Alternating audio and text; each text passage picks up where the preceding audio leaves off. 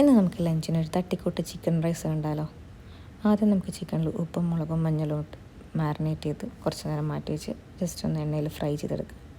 Deep ഫ്രൈയും ചെയ്യുക, അല്ലെങ്കിൽ ഷാലോ ഫ്രൈ ആയാലും കുഴപ്പമില്ല. ഇനി കുറച്ചൊരു 5-6 അല്ലി വെളുത്തുള്ളിയും 2 മീഡിയം സൈസ് സവാളയും പിന്നെ ഒരു വലിയ ക്യാരറ്റും എല്ലാം കുനുകുനാന്നരിഞ്ഞ് മാറ്റി വയ്ക്കുക.